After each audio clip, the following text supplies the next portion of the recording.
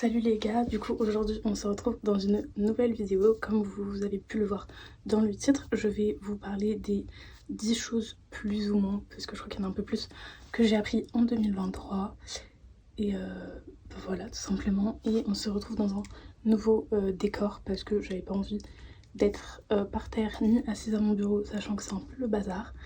Donc voilà, je vous laisse avec la suite de la vidéo.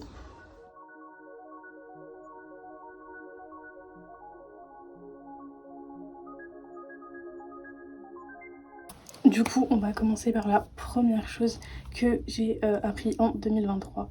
Si je regarde par là, c'est juste que mon ordi est ici, donc voilà. Donc du coup, la première chose, c'est personne n'est trop occupé, c'est juste une question de priorité. Donc en gros, j'ai remarqué ça aussi cette année, du coup, avec certains de mes amis et avec d'autres personnes. Et ça m'a montré à quel point il y a certaines personnes, même si elles peuvent être là depuis longtemps, dans ma vie, déjà c'était pas forcément pas des bonnes personnes, je dirais pas ça, mais genre elles faisaient pas de moi leur priorité comme moi je faisais eux ma priorité, dans le sens où du coup je me suis fait des nouveaux amis à l'université cette année qui ont fait leurs preuves et j'ai même été choquée alors que en soi c'est des choses qui sont normales.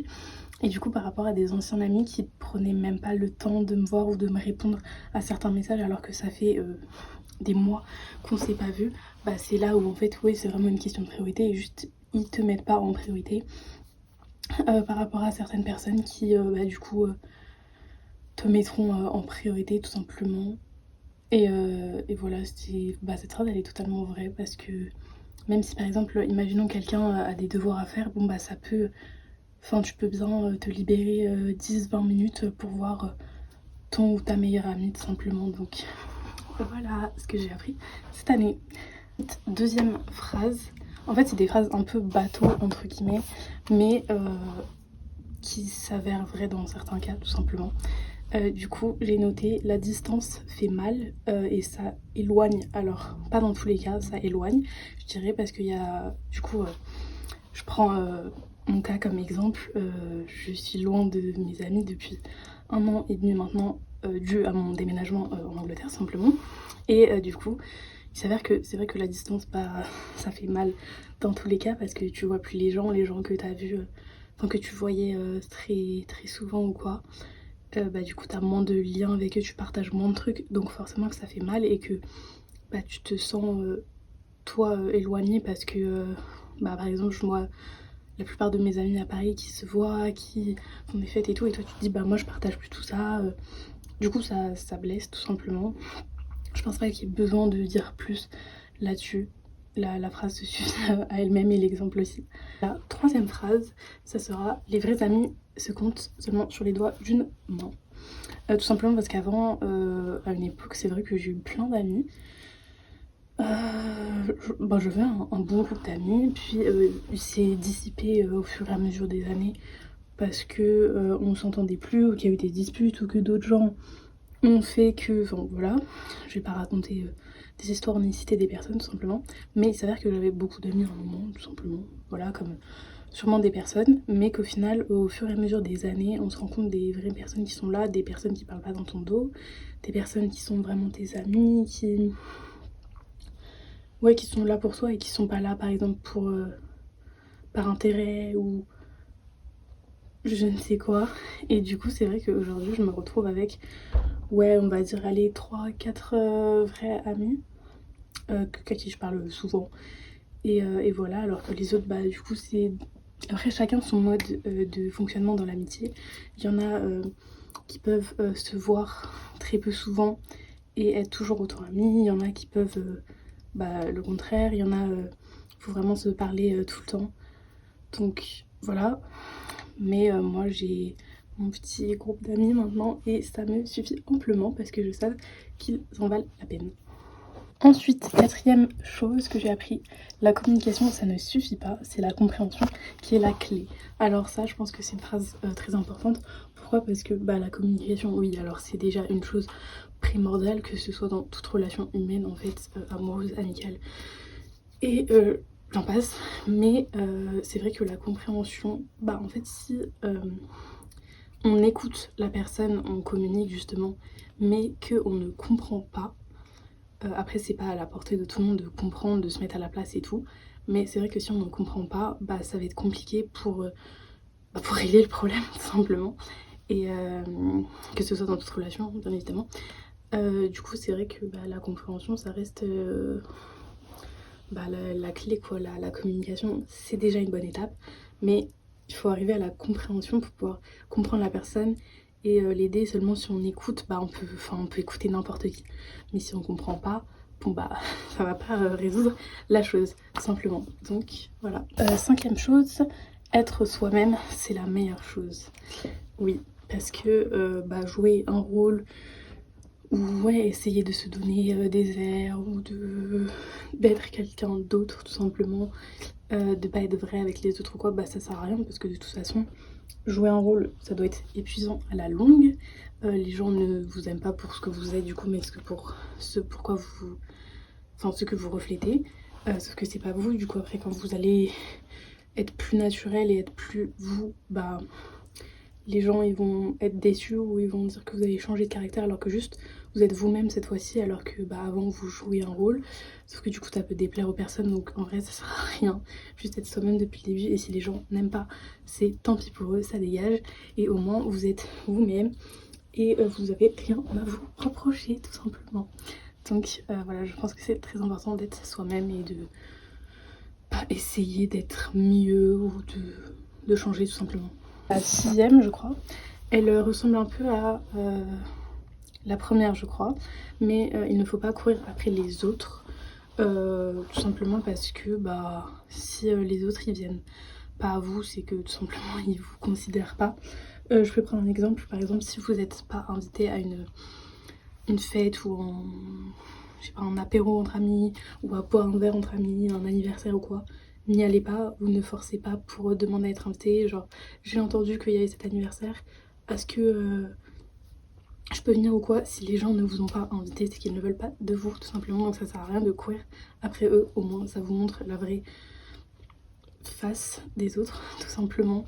Donc voilà, si vous n'êtes pas invité, bah vous y allez pas, et puis bah vous virez ces gens de votre vie aussi. Mais voilà, donc bah, si vous ne vous sont pas invités, juste ils vous méritent pas, et vous méritez mieux que des amis qui ne vous invitent pas pour l'avoir vécu tout simplement. Je tiens à rappeler que les excuses du genre je savais pas que t'étais disponible, ou je savais pas que t'étais là, ou je savais pas si t'aimais pas certaines personnes ou machin, ça ne marche pas du tout, ce n'est pas une excuse, ce n'est pas valable. Franchement il suffit de demander dans ce cas-là si on sait pas si la personne est disponible, donc on vire. Ensuite, septième je crois, c'est faire confiance augmente trop la déception. C'est-à-dire que bon, faire confiance c'est bien, c'est important, faut avoir confiance mais pas trop, et du coup c'est là où faire trop confiance à quelqu'un au point de lui faire confiance aveuglément, limite bah ça va augmenter la déception, dans le sens où bah on donne notre confiance totale à quelqu'un, et bah la personne si en plus elle le sait, il y a certaines personnes mal intentionnées qui peuvent en jouer, et donc justement c'est là où ça augmente la déception parce qu'on a des attentes trop hautes aussi, et donc plus on a des attentes hautes, plus parfois bah, ça n'arrive pas, et du coup plus la déception va être grande. Une autre phrase qui va un peu avec, c'est tu finis déçu par les personnes les plus proches de toi. Alors ça c'est tellement vrai, je l'ai vécu cette année, je l'ai expérimenté, dans le sens où bah forcément on attend plus des personnes qui sont proches de nous, voilà. Du coup bah on finit plus déçu, c'est un peu comme la phrase d'avant.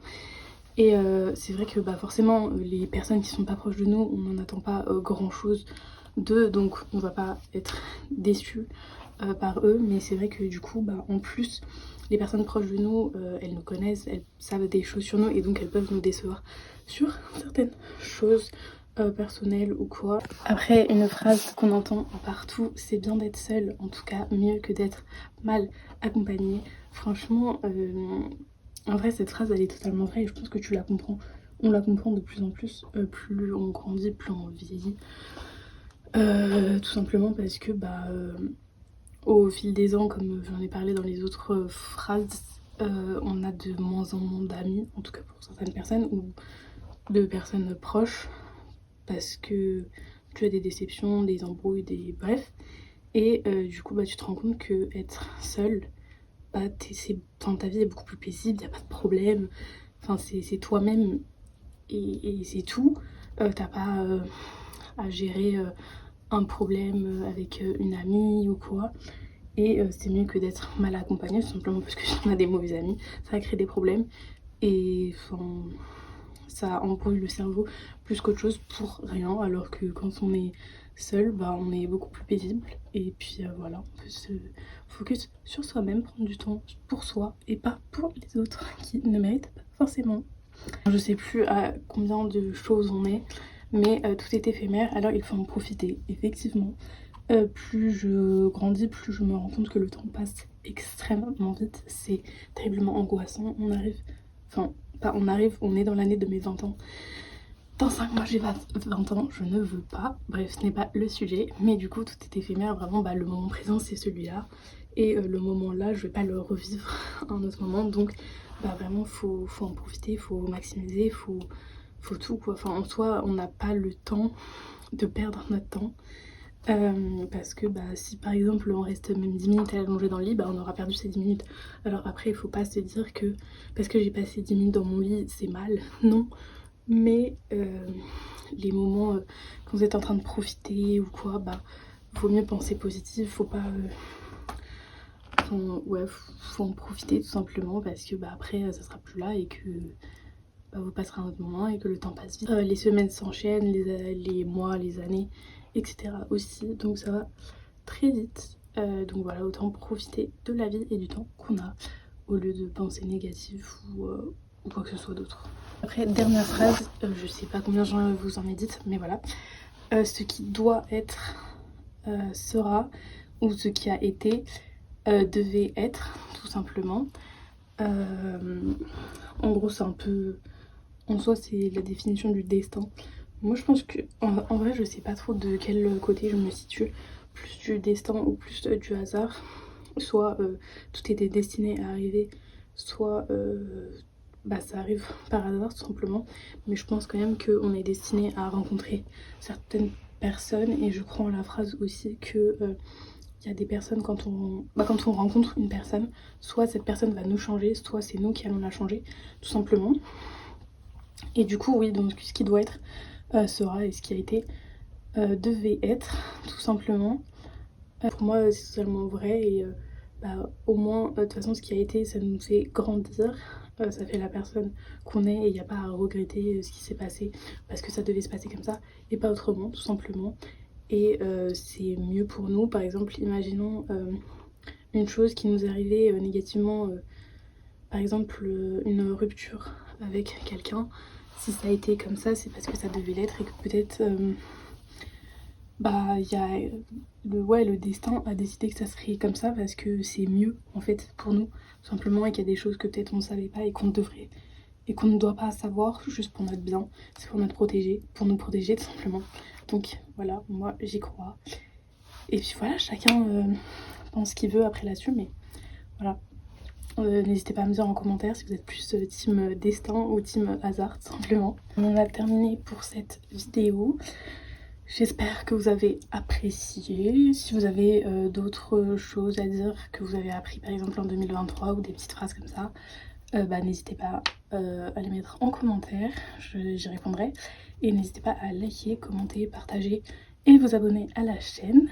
Et puis on se retrouve bientôt dans une nouvelle vidéo puisqu'il y en a tout plein qui arrivent.